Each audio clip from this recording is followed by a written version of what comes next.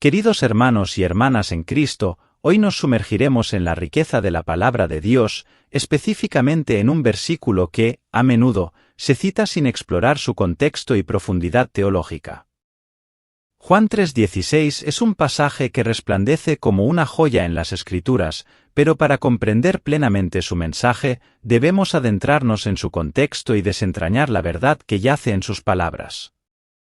Este versículo tan conocido nos dice: porque de tal manera amó Dios al mundo, que ha dado a su Hijo unigénito, para que todo aquel que en él cree, no se pierda, mas tenga vida eterna. Pero, ¿qué significa realmente cuando afirmamos que Dios amó al mundo? ¿Se refiere a cada individuo en la faz de la tierra sin excepción? Hoy, exploraremos la verdad detrás de Juan 3:16, desmitificando malentendidos comunes y ahondando en el contexto que revela el alcance específico del amor divino. En este mensaje, veremos que este versículo no contradice otras partes de la Biblia, sino que se integra armoniosamente en la narrativa más amplia de la elección divina y la redención selectiva. Descubriremos que el amor de Dios, lejos de ser indiscriminado, se derrama de manera extraordinaria sobre aquellos que Él ha elegido desde antes de la fundación del mundo.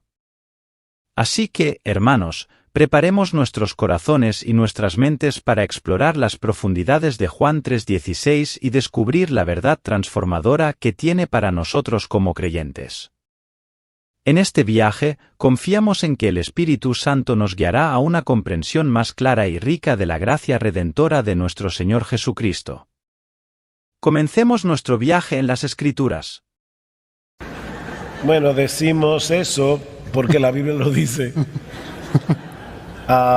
En Juan capítulo 10, luego voy a ir a Juan 3:16, pero en Juan capítulo 10, en el discurso del buen pastor, el Señor dice, cuando saca todas las suyas, dice, a este le abre el portero y las ovejas oyen su voz, llama a sus ovejas por nombre y las conduce afuera. Cuando saca todas las suyas, ya va delante de ellas y las ovejas lo siguen, las ovejas porque conocen su voz. O sea, las ovejas de Jesús conocen su voz. Más adelante sigue hablando el Señor y dice, yo soy el buen pastor da su vida por las ovejas. ¿Cuáles son las ovejas? Ya las describió, los que lo siguen a Él. Luego, más adelante, dice de nuevo, tengo otras ovejas que no son de este redil, a este también me es necesario traerlas y oirán mi voz, porque las ovejas de Jesús oyen su voz y serán un rebaño con un solo pastor. Por eso el Padre me ama, porque yo doy mi vida para tomarla de nuevo. Nadie me la quita, sino que yo la doy de mi propia voluntad. ¿Por quiénes? Bueno, seguimos leyendo. Estos judíos rebaten algo de Jesús y Él les dice en el versículo 25, os lo he dicho y no creéis. Y no creéis porque no sois de mis ovejas. Así que Cristo hace una distinción muy clara. Yo doy mi vida por las ovejas. ¿Y quiénes son las ovejas? Los que oyen mi voz. ¿Y ustedes por qué no creen? Porque ustedes no son de mis ovejas. Luego llegamos al capítulo 17 del Evangelio de Juan y el Señor dice claramente, Padre, yo ruego por ellos. ¿Por quiénes? Dice, por los que tú me diste. Yo no ruego por el mundo, dice Cristo, sino por los que me has dado, porque son tuyos. O sea, una vez más, Jesús dice, yo no ruego por el mundo. Yo no ruego por ellos, yo ruego por mis ovejas. Entonces Jesús dio su vida por sus ovejas. Efesios 5:25, maridos, amad a vuestras mujeres, así como Cristo amó a la iglesia y se entregó por ella, para santificarla. Cristo tiene una sola esposa y Él murió por ella. Ahora bien, Juan 3:16 habla de un amor de Cristo sin distinción, en el sentido de que Cristo no solo murió por los judíos, Cristo no murió, Él murió por el mundo. El tema ahí no es si Él murió por todos y cada uno de los habitantes del planeta Tierra y los que iban a habitar el planeta a través de todos los siglos. No es en ese sentido que Cristo está usando allí la palabra mundo. Cristo murió por el mundo porque Él no murió solo por los judíos, Él murió por un mundo de maldad, un sistema de maldad. O sea, el amor de Cristo es tan grande que Él murió por sus ovejas, Juan 10, pero esas ovejas pertenecían a un mundo de pecado, a un mundo de maldad. Y ahí es precisamente donde se ve el amor de Jesús. Entonces, es un amor que no distingue razas. Él murió por todos en ese sentido, por todos sin distinción de raza. Pero Cristo murió por sus elegidos. Porque si Cristo murió por todos y no todos van al cielo, entonces tenemos un problema. Porque Cristo murió por todos los pecados de todos los hombres. Ese es el argumento de John Owen en su famosa obra La muerte de la muerte en la muerte de Cristo. Él dice, ¿por cuántos pecados murió Jesús? Bueno, Él murió por todos los pecados. ¿De quiénes? Bueno, si murió por todos los pecados de todos los hombres, todos debieran salvarse porque ya Cristo pagó por todos los pecados de todos los hombres. Alguien puede decir, no, porque algunos son incrédulos. Y la incredulidad no es un pecado, es un pecado. Así que si Cristo murió por todos los pecados de todos los hombres, nadie debería ir al infierno, ni siquiera los incrédulos, porque Él murió por todos los pecados de todos los hombres y la incredulidad también es un pecado. Pero Él murió por todos los pecados de algunos hombres. Él murió por todos los pecados de sus elegidos. Ahora, cuidado. Cuando yo predico el Evangelio, yo asumo de entrada que tal vez Cristo murió por esa persona. Yo no sé por quién Cristo murió. Así que yo voy a predicar el Evangelio a todo el mundo. Y le voy a decir, si te arrepientes de tus pecados, tú vas a ser salvo. Si tú confías en Jesús, tú vas a ser salvo, porque ese es el mensaje del Evangelio. Yo no le voy a decir, claro, depende de si Cristo murió por ti. No. Cristo murió en la cruz por pecadores como tú y como yo. Si tú te arrepientes de tu pecado, serás salvo. Seguro que serás salvo, porque la Biblia lo asegura. Entonces, esta creencia no mata el evangelismo.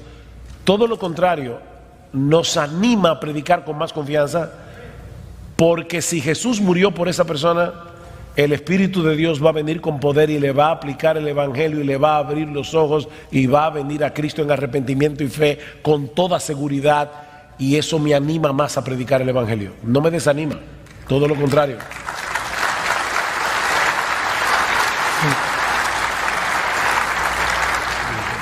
¿Qué podemos entender por la perseverancia de los santos? ¿Qué podemos entender? Fue la pregunta. Que los santos perseveran. No, es importante porque yo creo que algunos creen en la perseverancia de los impíos. ¿En qué sentido? Dice, ustedes son los que creen salvo, siempre salvo. Mire, en mi barrio había una persona que profesó ser cristiano y ahora es un borracho y no sé, entonces se va al cielo. No, porque yo no creo en la perseverancia de los impíos. Yo creo en la perseverancia de los santos. O sea, los que Cristo salva, santifica. Entonces, esos que son salvos y están siendo santificados pueden estar seguros de que van camino al cielo y de que no se perderán. Porque Jesús dice, mi Padre que me las dio, mis ovejas, es mayor que todos y nadie las puede arrebatar de las manos de mi Padre. Yo y el Padre somos uno. Si un cristiano se pierde, nosotros tenemos un gravísimo problema porque estamos diciendo que la justicia de Jesús no es perfecta. Lo que sucede en la salvación es que Cristo pone en mi cuenta su justicia perfecta y es su justicia por su justicia que yo soy salvo. Si un cristiano se pierde, entonces la justicia de Cristo no era suficiente. La analogía del buen pastor y su rebaño, presente en las enseñanzas de Jesús, revela una verdad fundamental sobre la relación entre Cristo y su Iglesia. Este simbolismo, arraigado en la comprensión pastoral de la sociedad antigua, trasciende el tiempo y sigue transmitiendo un mensaje eterno de redención y salvación. La muerte sacrificial del buen pastor, Jesucristo, no solo posibilita la salvación, sino que asegura la vida eterna para sus ovejas. La representación del rebaño de ovejas se encuentra a lo largo de las Escrituras y la metáfora del pastor, desde el Antiguo Testamento hasta el Nuevo, proporciona una visión clara de la relación especial entre Dios y su pueblo. En este contexto, examinaremos cómo la muerte de Cristo no solo hace posible la salvación, sino que garantiza la seguridad y la redención completa de aquellos que componen su rebaño. En Isaías 53, el profeta proporciona una visión asombrosa de la obra redentora de Cristo al describirlo como aquel que llevó nuestras enfermedades y cargó con nuestros dolores. La conexión entre las aflicciones de Cristo y la curación espiritual de sus seguidores es evidente. La expresión por sus heridas hemos sido sanados revela el propósito redentor de la muerte de Cristo, asegurando la restauración espiritual de su pueblo. La profecía de Isaías enfatiza que el sufrimiento de Cristo no fue accidental ni arbitrario, fue una acción deliberada y redentora para justificar a muchos. Aquí, la conexión entre la muerte del buen pastor y la salvación de sus ovejas se hace evidente. Jesús no simplemente murió para hacer posible la salvación, su muerte tenía un propósito específico y eficaz para la redención de aquellos que el Padre le dio. El Nuevo Testamento refuerza esta idea. En Mateo 1:21, se declara que Jesús salvará a su pueblo de sus pecados. La palabra salvar implica una acción activa y efectiva, no simplemente una posibilidad teórica. En Marcos 10:45, Jesús mismo declara que no vino a ser servido, sino a servir y dar su vida en rescate por muchos.